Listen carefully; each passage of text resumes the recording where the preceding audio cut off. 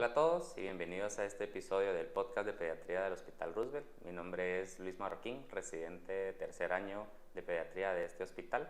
El día de hoy me acompaña la doctora Seidy Ramírez, residente de segundo año de pediatría de este hospital, y la doctora Samantha García, endocrinóloga pediatra. Debo recordarles a todos los que nos escuchan y nos ven en los diferentes medios que este podcast no es una consulta médica. Ninguna persona debe considerar la información aquí proporcionada fuera de fines educativos o por diversión. Por favor, consulten a su médico si ustedes, amigos o familiares cursan con algún problema clínico, y profesionales y estudiantes de la medicina les recordamos que todo lo que se hablará debe considerarse una opinión. Ustedes deben evaluar todo lo que se diga y formarse su propio criterio clínico. Ninguna información proporcionada de este programa debe ser aceptada ciegamente y todos los casos clínicos son ficticios y no están basados en ningún caso verdadero. Ahora sí, empecemos. Y demos la bienvenida a la doctora, que es nuestra invitada el día de hoy, la doctora Samantha García. Ella es endocrinóloga pediatra, egresada de la Universidad de San Carlos como médica y cirujana, formada en pediatría en el Hospital Roosevelt y formada como endocrinóloga pediatra en el Hospital Infantil de la Ciudad de México. Buenos días, doctora. Mucho gusto tenerla el día de hoy acá con nosotros. ¿Cómo se encuentra el día de hoy? Buenos días, Luis. Buenos días, Seidy. Muchas gracias por la invitación el día de hoy. Bien, gracias. Muchas gracias por tomarme en cuenta para hablar de un tema, pues creo que muy importante, que cada vez ha tomado más auge, que más adelante van a ver cuál es. Muy bien. Antes de empezar, pues nos gustaría, doctora, que usted nos mencionara, saliéndonos ya pues un poco del ámbito de la medicina, y como invitada en nuestro segundo episodio, ya que la doctora pues también formó parte de un episodio previo que podían escucharlo en nuestro podcast de Diabetes Mellitus. El día de hoy pues nos gustaría más preguntarle sobre algún pasatiempo que usted tenga o algo que le guste realizar fuera del ámbito de la medicina. En este caso, ¿verdad? En su vida diaria, ¿cómo funcionaría o qué es lo que le gusta a usted? Bueno, digamos, me gusta leer, pues literatura que no tiene que ver con medicina. Me gusta mucho la novela policíaca. Además, pues claro, hacer ejercicio, me relaja. Me gusta hacer cuadros de sudoku también, como también me relaja. Y conocer nuevos lugares, viajar. Y lo que esperamos. Bueno, muy bien. Entonces, vamos adelante con el caso clínico. Muy bien, buenos días. Me presento, yo soy la doctora Seidy Ramírez, también de segundo año del Hospital Roosevelt. Qué gusto estar acá con ustedes y siempre con la doctora Samantha, ¿verdad? Para entrar un poquito en materia, pues vamos a comenzar con un caso clínico, que es una paciente femenina, tiene 7 años y es originaria y residente de acá de la capital. El motivo de consulta es crecimiento de ambos pechos de 6 meses de evolución. En la historia de la enfermedad, pues la mamá comenta que hace 6 meses más o menos notó que aumentaba de tamaño los pechos. Eso estaba acompañado de mal olor en las axilas y crecimiento de vello axilar y púbico.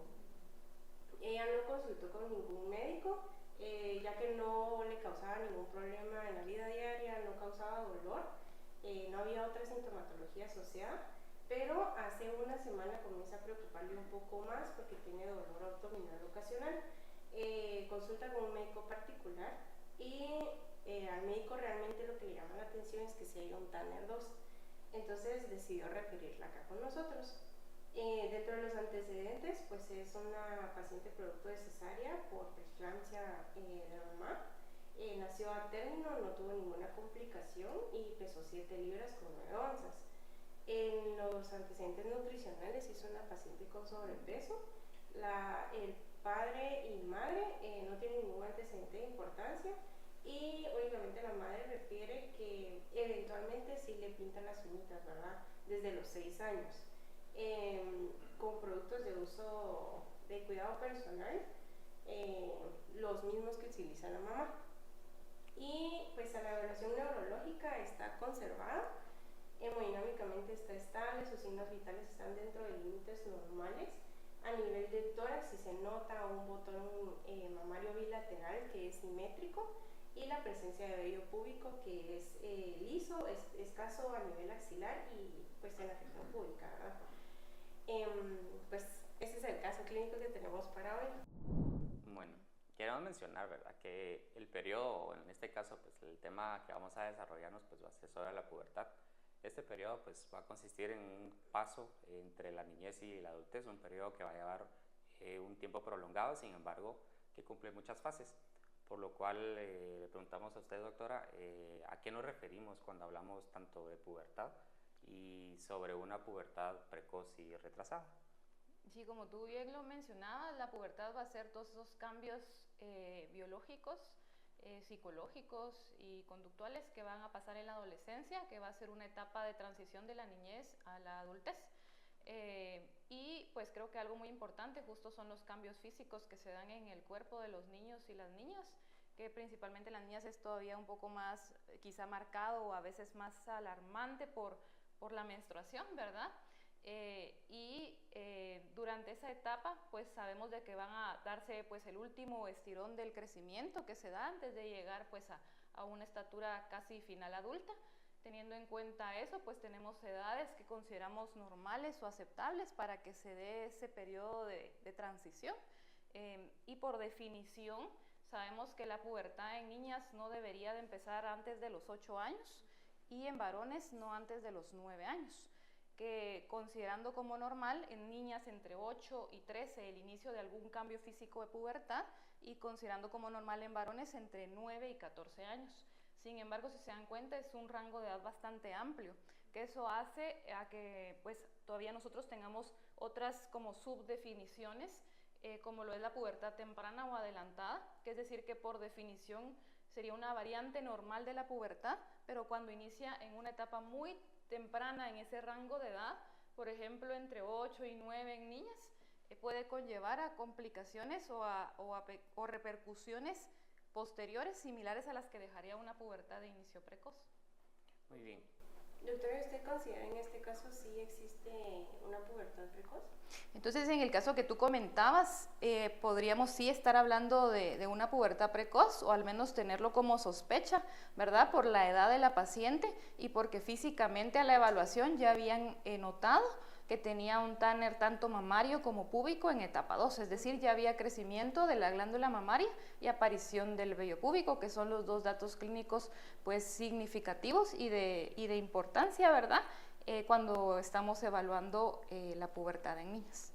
Y en este caso, por ejemplo, ¿cómo nos ayudaríamos nosotros para poder tener una clasificación o guiarnos directamente en signos clínicos que nos pueden decir que estamos ante una pubertad precoz o una pubertad retrasada? En este caso, ¿cómo podemos ayudar nosotros para poder decirnos en cómo catalogar o clasificar estos pacientes? Creo que algo importante y que, bueno, siempre yo se los digo a ustedes como residentes, pero siempre hay que recordarlo que hay que revisar, pues en niñas más que todo, ¿verdad? El estadio Tanner, que muchas veces ya a cierta edad se deja de realizar, ¿verdad? Que tal vez el niño solo va por enfermedad y pues revisan pues su enfermedad en ese momento o va por control de crecimiento y desarrollo y vemos el crecimiento, pero creo que más en etapas que podría empezar a desarrollarse ya la glándula mamaria, hay siempre que revisar que no esté apareciendo tempranamente, ¿verdad? O más si hay algún factor de riesgo.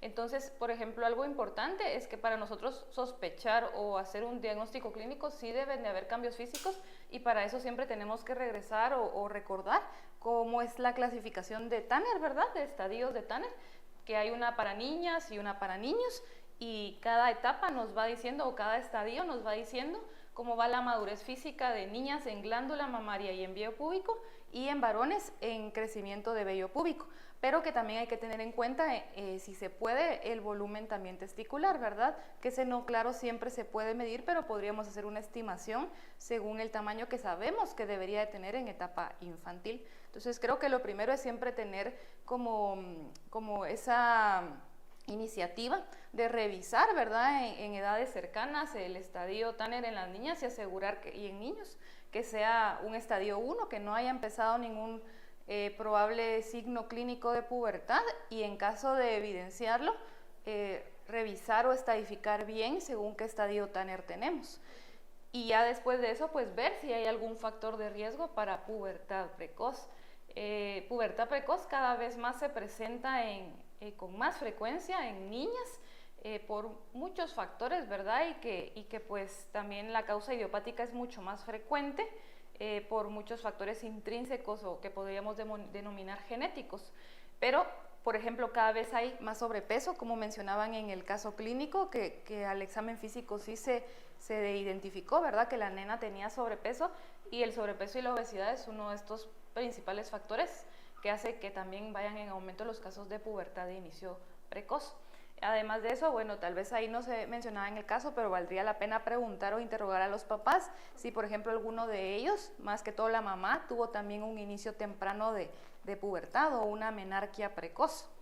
Y también, bueno, el peso, tú mencionabas, el peso al nacer estaba normal, ¿verdad? Y fue un embarazo a término, pero las niñas que nacen prematuras o bajo peso con restricción del crecimiento uterino van a tener más riesgo a futuro de desarrollar una pubertad precoz, que pues con que tenga el riesgo no significa que así vaya a ser, pero sí es un factor de riesgo. Ok, doctora. Y en este caso, ¿cuál sería el abordaje primario? Entonces, como abordaje inicial, pues después de nosotros identificar la clínica de la niña en este caso, sería, bueno, podríamos pedir como de manera inicial una edad ósea, que creo que es un examen que nos apoya bastante, ya que también tenemos más riesgo de inicio de pubertad precoz cuando tenemos edades óseas adelantadas. Generalmente tomamos como una media de diferenciación de más o menos un año como aceptable, ¿verdad? Y entonces cuando tenemos edades óseas de un año más adelante en comparación a nuestra edad real o cronológica, probablemente haya más riesgo de que sí estemos frente a un caso de pubertad precoz. ¿Qué pasaría, por ejemplo, si nuestra edad ósea sale normal? Pueda que también valdría la pena considerar que tal vez no sea una pubertad que esté iniciando aún, sino que sea algo que nosotros llamamos telarquía aislada, es decir, que apareció el crecimiento de la glándula mamaria, pero todavía no depende de una activación del eje hipotálamo, hipófisis, ovario, es decir, que la parte hormonal todavía no se ha activado.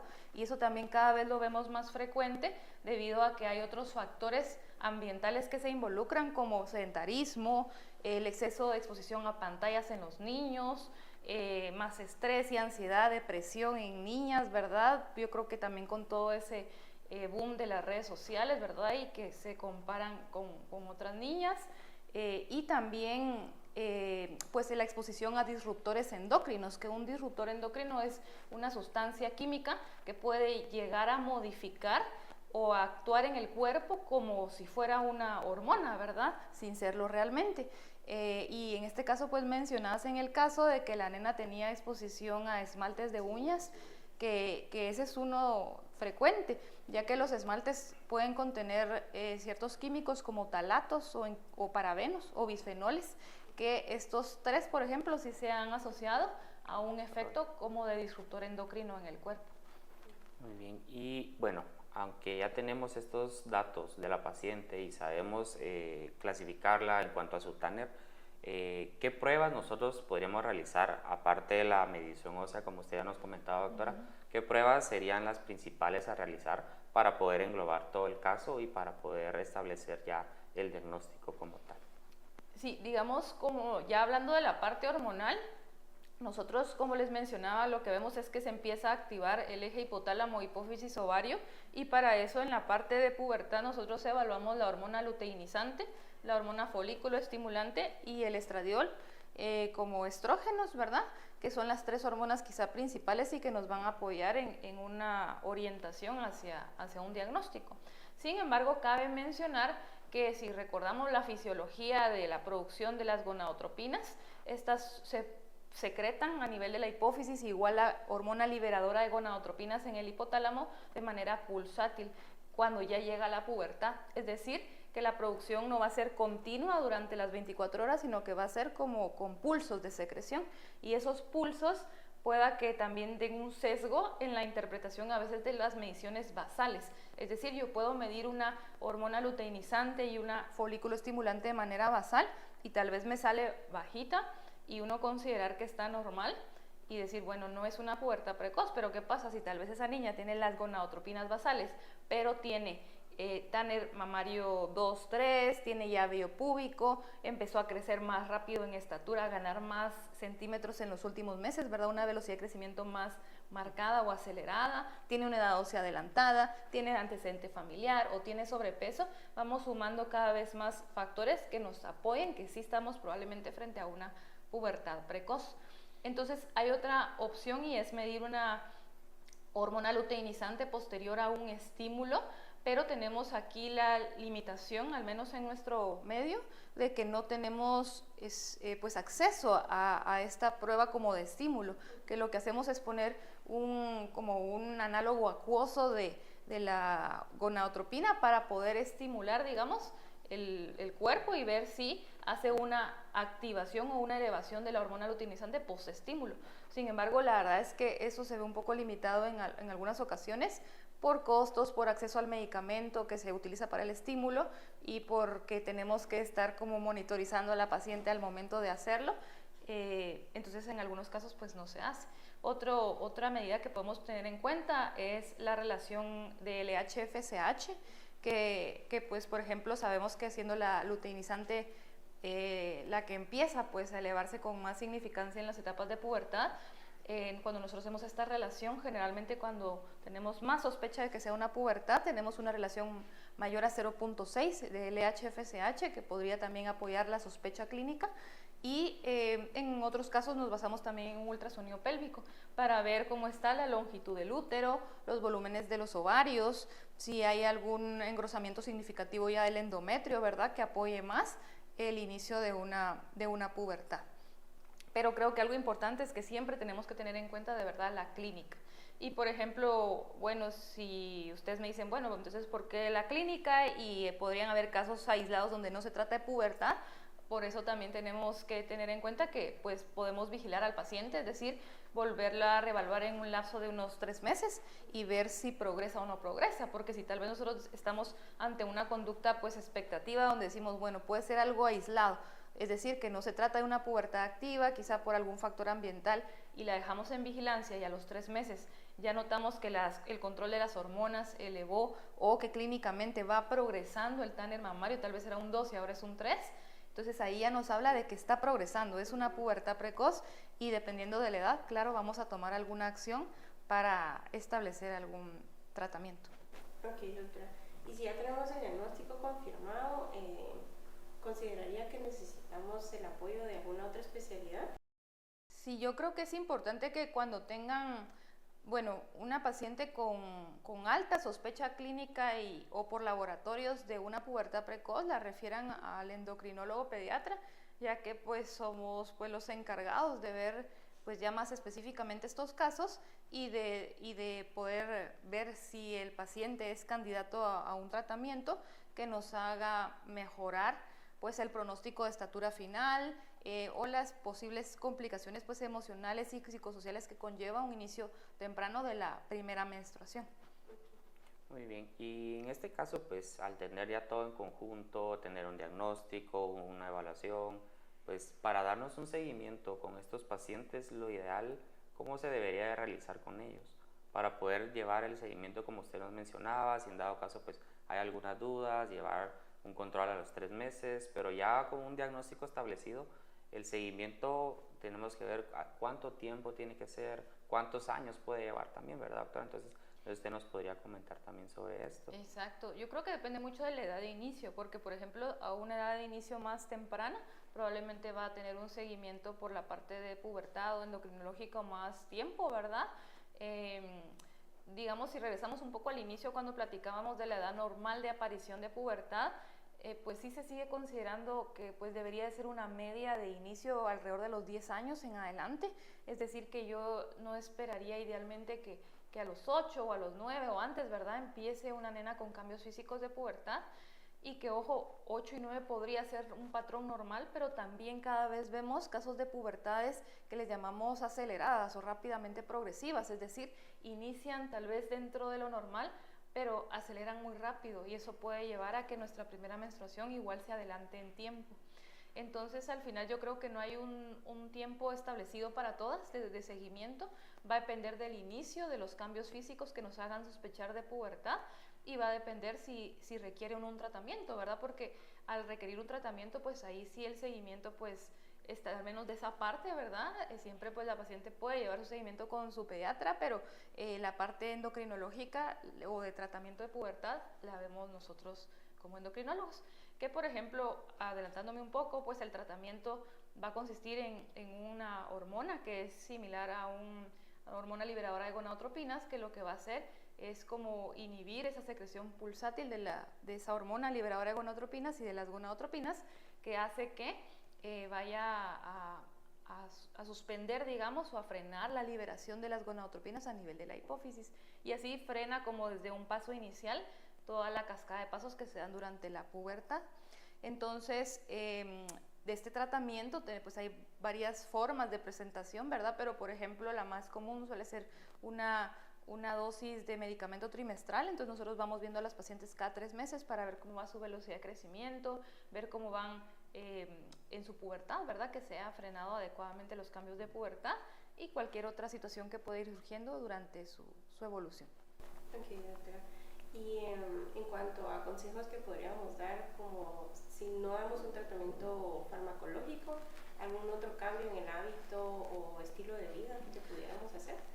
Claro, sí es importante que, por ejemplo, si hubiera algún factor de riesgo que pudiera predisponernos a un inicio temprano de pubertad o a que progrese más rápido la pubertad, cuando detectamos estos cambios clínicos hay que pues tratar de modificarlos, ¿verdad? Por ejemplo, en el caso de la paciente, si tenía sobrepeso, creo que es importante hacer pues de verdad hincapié en el estilo de vida para que mejoremos relación de peso-talla, ¿verdad? Y podamos revertir el sobrepeso y que haya menos riesgo de que progrese más rápido esa pubertad, ¿verdad? O que se siga adelantando esa maduración ósea que probablemente ya esté adelantada.